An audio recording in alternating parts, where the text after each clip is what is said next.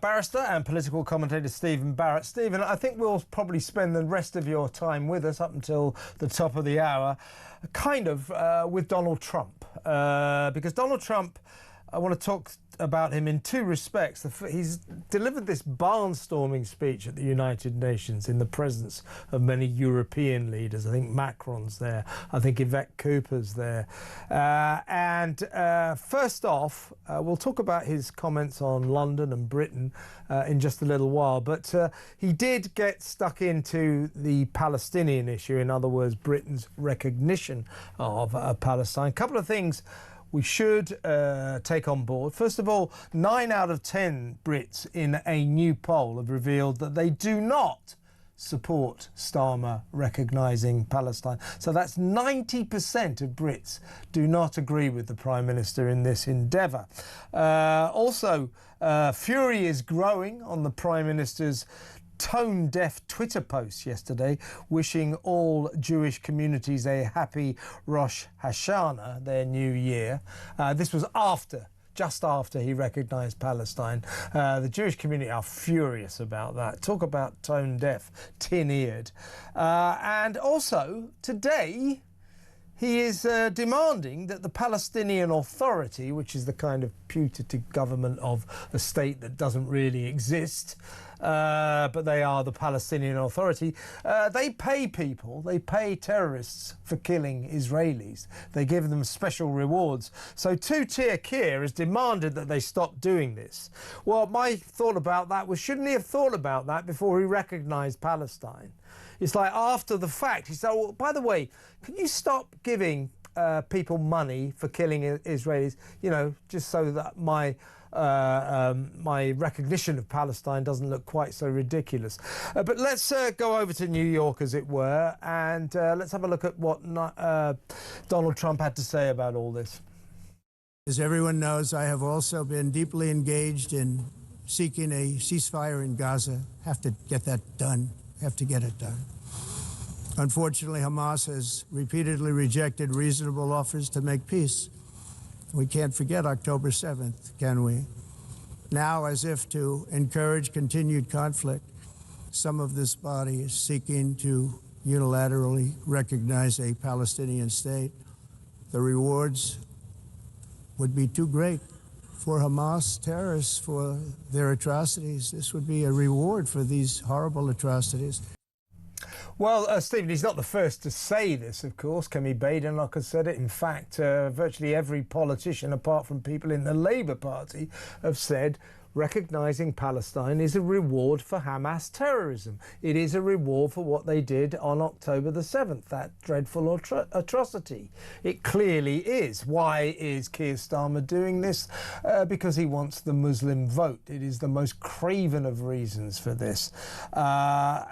The president, as I say, echoing that feeling that us and France recognising Palestine is a reward for Hamas terrorism. In my view, this is an egregious mistake by our Prime Minister. What do you think?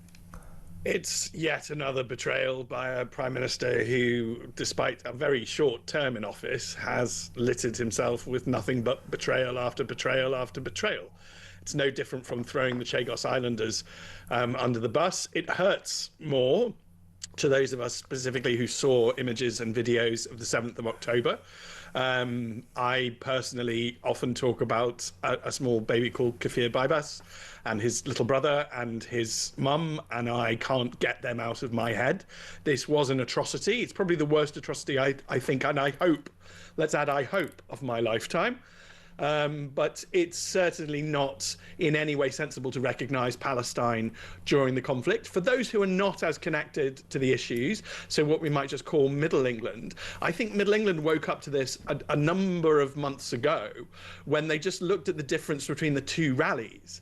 You know, if you rally through London, leave a load of litter, scream, cause violence, let off violent, you know, clamber over war memorials, you're not going to win over the heart of Middle England. You're just not going to. Whereas all the pro-Israeli or the pro-Jewish marches, and I helped organise or helped draft a little bit of a tiny part of one of the pro-British Jewish marches, We were organised. We left no litter. You know, children came along. I brought my child. Little people were there. It was very safe. Everybody got on with the offices. One of the most scary signs I saw was hummus, not Hamas.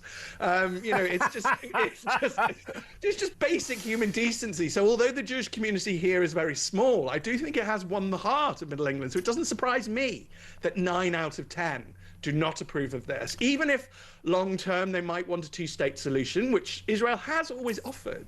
And the other point I like to get across, and I want your listeners and viewers to know this, people who talk about a genocide in Gaza are just plain wrong. The Israeli army has acted in a way more cautious way than we have ever behaved. We, the United Kingdom, have a far higher ratio of innocent civilian casualties to enemy killed in war than Israel has in this tiny little territory. We are not as well behaved as Israel is being. I mean, it's just absolutely astounding that Israel is held to this ridiculously high standard, meets it, and then is still criticised regardless of what happens. So I'm not surprised it's 9 out of 10, to be absolutely honest. Yeah, well, I'll tell you in a very light way, I'll tell you what was interesting. Do you remember, I'm sure you're a massive fan of the Eurovision Song Contest, as of course am I, but do you remember the recent song contest? Israel came second. And they would have won. So what happened was Israel absolutely stormed it in the public vote. So you have 2 tranches of the vote. Half of the votes are from the official judges, you know, the nation, you know, the British team and the British judges and the Dutch judges and so on and so forth. So they account. So they account for half of the final tally. The other half are the public votes. The people who vote, you know, watch the acts and pick up the phone and, you know, stick in their choice for the win. And so this is all around Europe, and indeed goes further away, doesn't it? Israel as well, of course. And Israel got no votes whatsoever from any of the official judges, but absolutely stormed it in the public vote. So much so that they nearly won. They came second. Another sign that all these do-gooders, these lefties, you know, who don't like Israel, that their dislike of Israel, their sort of semi-anti-Semitism is not reflected by millions of people around the country. And that's why I don't find it that surprising that 9 in 10 Brits actually do not agree with the recognition of Palestine. No, and I'd also add that will include an awful lot of our decent Muslim British people. And they tend to get forgotten in this discussion, and I don't like that, because that's not fair to them. But in the privacy of a poll like this, they can vote honestly. They may well wish in their heart for a two-state solution down the line, and many people do. But they will have looked at this pragmatically and just said, you cannot reward Hamas. And the Palestinian Authority is no better, which our Prime Minister admits by now, saying, now that we've recognised you, can you please stop paying to murder Israelis? Yeah. I mean, that's just insane. I know, yeah.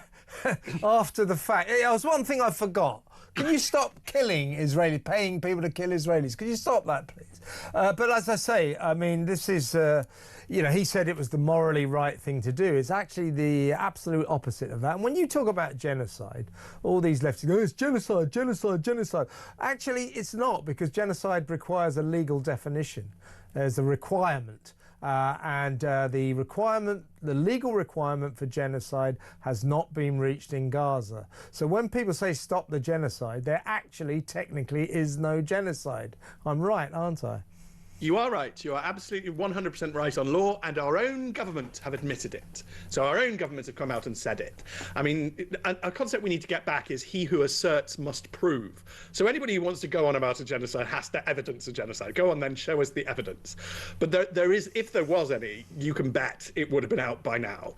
And what you've got is this performance around this, because there's a bunch of people in our country who just want to scream and scream and scream and get their own way through threat of violence and screaming, really. Yeah. But they are 1 in 10 of us. We need to have courage now. Yeah. And the other thing I should say, Kev, just to bring it back to the main story, is that I think without question that speech by Donald Trump is the most impressive speech I have ever seen at the United Nations in my life.